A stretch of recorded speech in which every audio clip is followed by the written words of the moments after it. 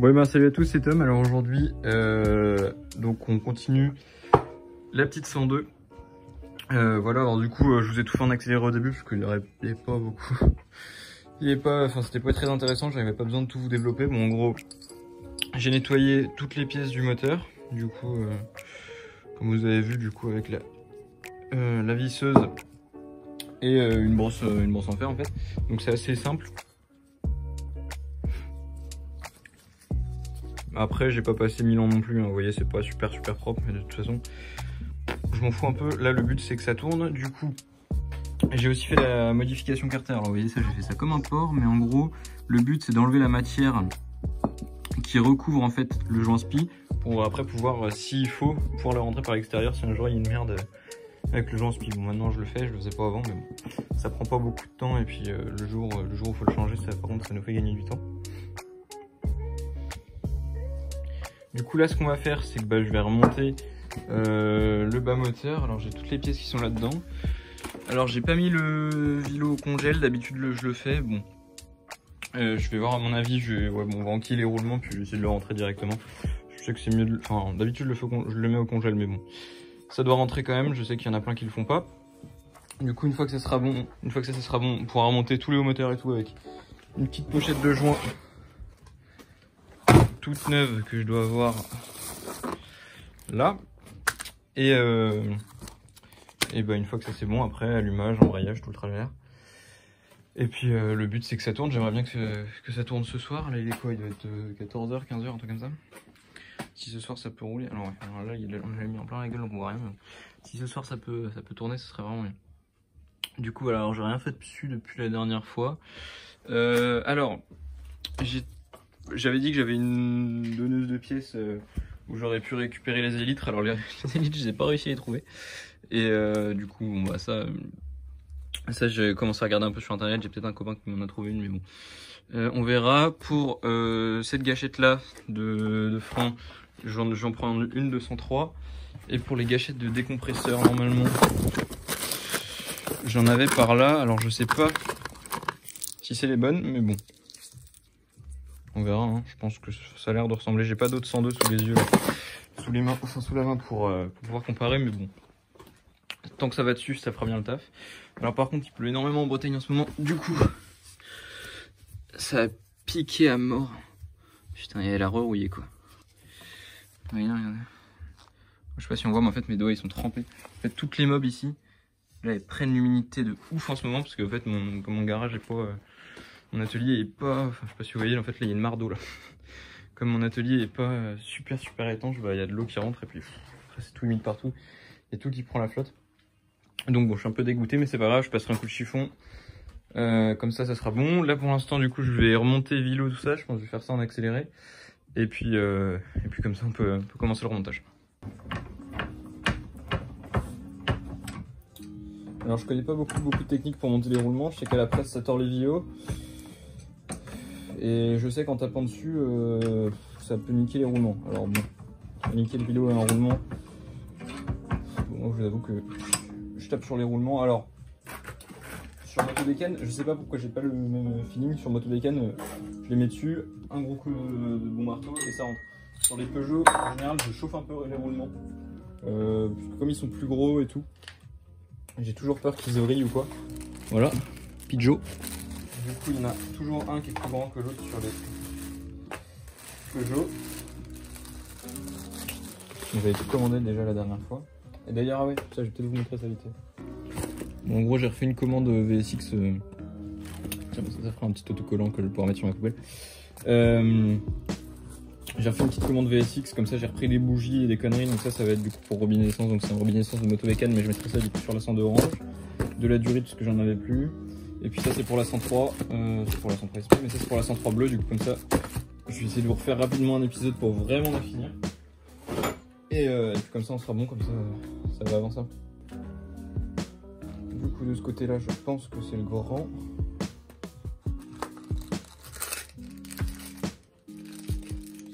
Alors sur Peugeot je crois qu'il n'y a pas de sens, hein, si j'ai pas de bêtises. Enfin, je vois pas de différence là, mais... Ok, bon du coup je vais le chauffer un peu, je vais le mettre. Il a besoin d'un tout petit coup de marteau. normalement on sera bon. Alors du coup il faudra juste que je pense après à mettre un peu d'huile dessus pour bien le...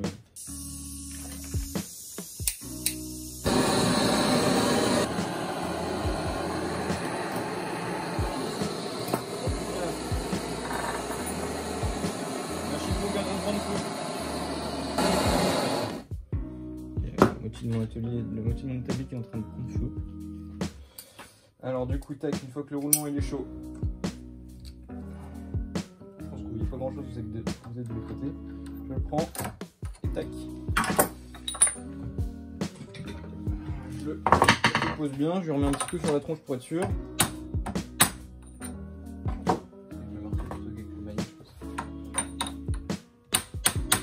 Hop là, tac. De l'autre côté. Alors pareil, du coup, quand je mets le vilo sur l'étau, je serre pas, hein, parce qu'il faut la peau. Normalement, faut pas déformer les masses de vibration et tout. Du coup, je le tiens juste, mais allez pas serrer ça comme des bourrins, parce que vous allez pas y gagner. Tac. Alors, par contre, ouais, vraiment, si vous faites ça, ne faites pas cramer votre maison pour installer des roulements.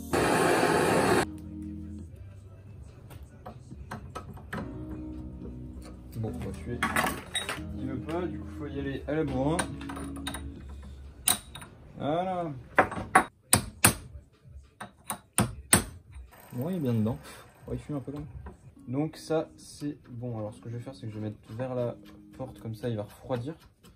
Parce qu'en fait, normalement, le but, comme après, on renquille l'écarter dessus, c'est qu'il y a une différence de température. Donc, on fait chauffer l'écarter pour qu'il se dilate. Et on met le vilo au congèle pour qu'il se rétracte. Et du coup après les deux, comme papa dans maman, ça rentre tout seul. Je vais laisser ça un peu au frais, parce que sinon ça risque de faire de la merde, mais voilà. C'est tout beau, avec des beaux roulements, c'est nickel. Ah ouais, sinon je vais vous dire un truc. Attendez, est-ce que je peux retourner la caméra pour vous parler en tête à tête? Non, bon c'est pas grave. Bon, en gros, il y a YouTube qui m'a envoyé un truc comme quoi j'avais dépassé, je sais plus combien ouais, 4000 heures de visionnage ou un truc comme ça, machin. Et du coup, en fait, je peux monétiser techniquement mes vidéos. Du coup, je vais pouvoir être riche et racheter plein de mobs. Non, c'est pas vrai, mais du coup, en fait, du coup, c'est juste comme ça. Du coup, il y a des chances pour que les prochaines vidéos, même peut-être celle-ci, soient monétisées. En sachant que, bon, par exemple, je sais pas si vous entendez de la musique dans le fond là. Je risque d'avoir des problèmes vu que y a tout le temps des droits d'auteur dans toutes mes vidéos. Mais bon, on verra bien. Du coup, s'il y a des vidéos avec des pubs prochainement, c'est juste pour que je me mette plein les poches en fait. Et aussi, il faudrait que je fasse vraiment une FAQ un jour et qu'un jour je vous présente vraiment mes mobs. Alors les mobs, ça sera pas tout de suite que je vous présenterai toute ma collection parce qu'il faut vraiment beaucoup de temps. Et puis il n'y a pas tout qui est tout le temps comme il faut. Bref, du coup je le ferai pas tout de suite, mais par contre une FAQ ça pourrait être cool. Je pense que je pourrais vous mettre sinon ouais, un message sur YouTube ou alors une publication sur Facebook, donc on verra bien. Bon du coup là ce que je vais faire c'est que je vais remonter déjà les goujons. Tac. Alors ça faut le faire au... Ne pas que ça se dévisse, c'est mieux. Du coup faut le faire à la pincetto, comme j'ai fait en fait, je sais pas si vous avez vu aussi au début. En fait les boulons étaient... les écrous étaient bloqués sur les goujons, du coup j'avais dû chauffer et les faire sortir avec la pincetto. Et putain ça galère encore. Du coup voilà, si vous avez des écrous qui forcent, c'est tout simple. Un coup de chalumeau, une pincetto, ça sort tout seul. Alors c'est bien de mettre du Loctite dans les trucs. Bon là je crois que j'en ai plus. Du coup je vais juste bien serrer mais...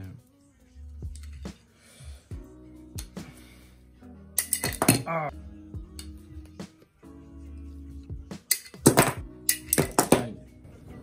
Alors je sais pas s'il y a un sens ou pas mais... Ils font pas exactement la même taille. Ok, ça normalement c'est bon. Mais par contre j'ai des carters poreux, alors ça je sais pas si c'est grave ou pas. Ça j'ai vu ça tout à l'heure. Je sais pas si vous voyez mais j'ai peur que ça empêche un peu le bon fonctionnement de la machine parce que j'ai pas l'impression que ça arrive de l'autre côté. Bon ça si je vois que de toute façon il y a une prise d'air, ça servira pas à grand chose mais c'est sûr que déjà rien que le fait que ça soit poreux comme ça, c'est pas top. Et je sais pas à quoi c'est lié, je sais pas si c'est une surchauffe ou quoi. Parce que le moteur a pas l'air d'avoir chauffé au niveau du piston cylindre et tout, mais là, c'est c'est pas beau quoi. Du coup je vais voir parce que ça serait... Parce qu'au final je me suis fait chier à tout nettoyer mais... Ça je l'avais pas vu. J'avais vu de l'autre côté. Genre là mais... Je sais pas. Bon du coup, je vais quand même monter ça je pense. Alors je vais vous emmener là-bas. On va chauffer, carter. Et puis on va monter le vélo dedans. En sachant qu'il ne faut surtout pas oublier ces rondelles, sinon c'est la merde. Tac, ça faut bien faire gaffe ça sur les Peugeot, sinon c'est baisé. Voilà.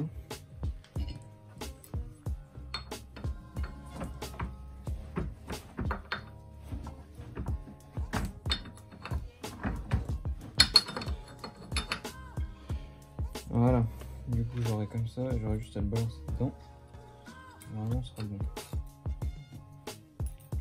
Alors est-ce qu'il y a un côté plus judicieux à faire?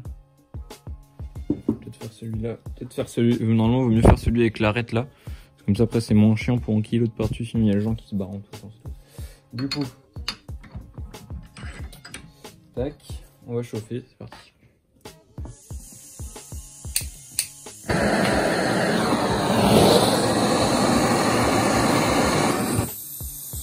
Bon là normalement je dois être pas mal.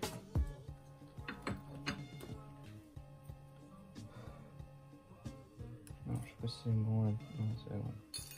Tac. Alors, mon vélo est encore un peu chaud, du coup c'est vraiment pas la meilleure des choses, mais bon. On va espérer que ça va rentrer tout seul quand même. Nickel.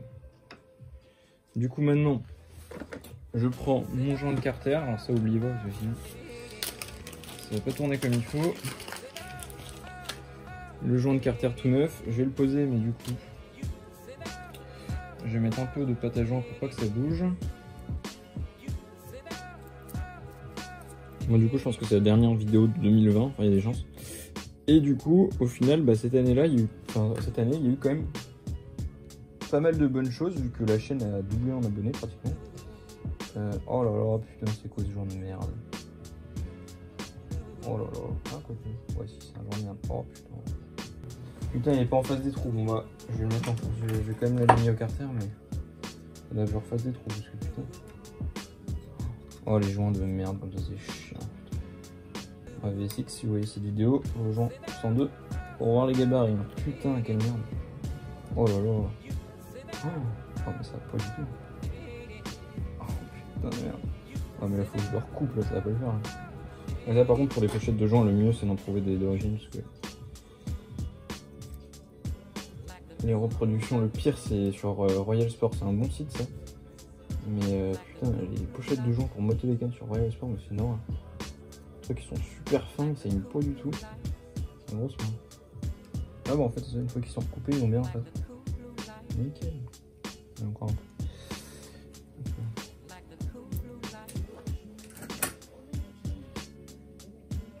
Bon c'est quand même pas, les trous des goujons sont quand même pas tip top mais bon. C'est pas trop mal non plus. Alors maintenant ça. Tac.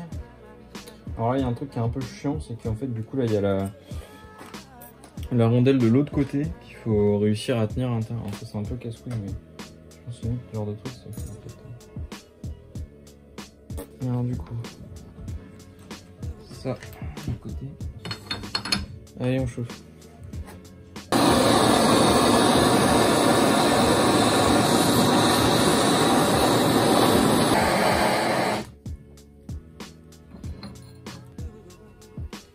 Tac, et donc là, nickel, mais pas trop mal. Alors du coup là, le mieux c'est de directement mettre en place en mettant les vis. Allez. Du coup faut pas serrer, il faut juste mettre au contact, mais au moins ça les met bien. Oh le con. Ah ça c'était sûr.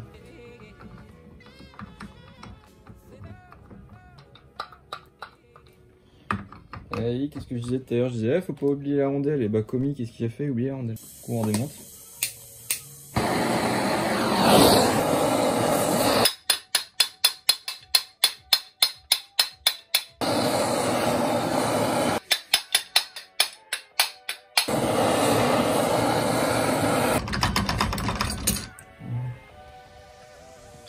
Et putain, j'ai pas démonté le bon côté. 2 hours later. Bon, du coup, c'est bon, j'ai fini de remonter. Alors, comme je vous disais, vraiment, n'oubliez pas les putains de plaques qui se mettent, enfin les plaques de roulement là qui se mettent à l'intérieur des carters, parce que du coup, moi, j'ai dû tout redémonter. Puis en plus, je chauffe un carter, il y a l'autre qui sort, machin. Bon, j'ai dû tout redémonter. Ça m'a bien pris la tête. Maintenant, je vais nettoyer cylindre et culasse pour que quand on remonte, ça fasse tout propre. Comme ça, je laisse ça refroidir. Après, j'aurai juste à enlever les petits bouts qui dépassent. Et il a bien vu les roulements, parce que là, il a un peu de mal à tourner le bordel. Et puis, une fois que ça sera bon, bah, on n'a plus qu'à remonter.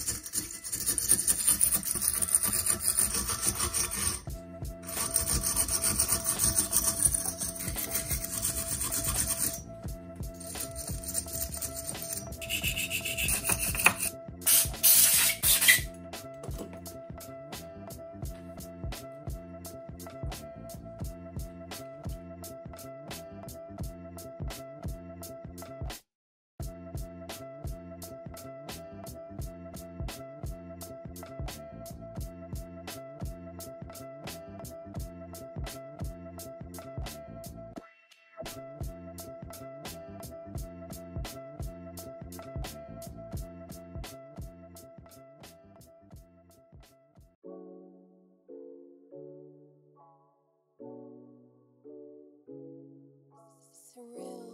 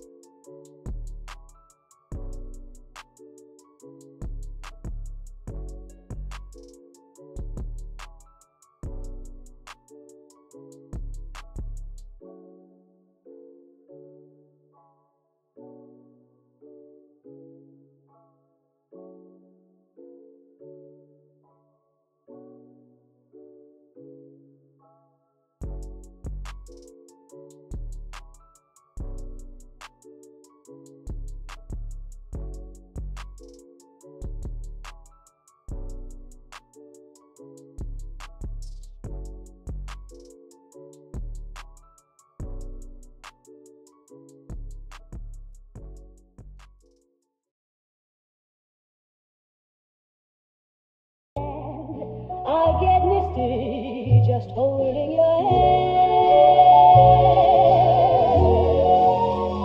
Walk my way.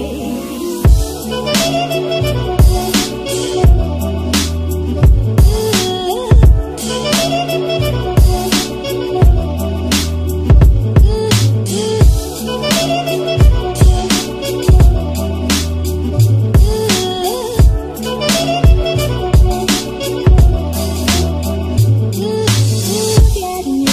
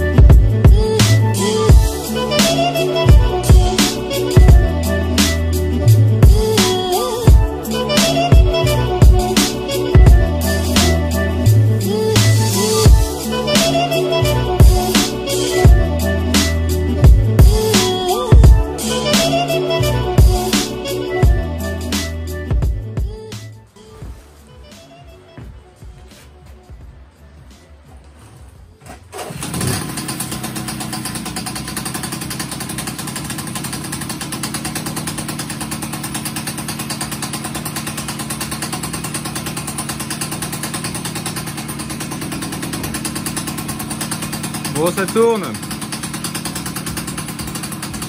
Ça tourne même super bien. Donc, je suis assez content. Donc, le problème devait bien venir d'une prise d'air ou un truc comme ça. Alors je pense que j'ai peut-être un petit problème d'allumage parce que tout à l'heure quand je faisais le test de l'allumage à la main ça marchait pas. Du coup je pensais pas qu'elle allait démarrer. Et au final j'ai remis un câble de décompresseur pour essayer. J'ai mis un coup de pédale, elle a démarré. Et ça fait bien, hein. Je suis trop content. Je suis vraiment trop content.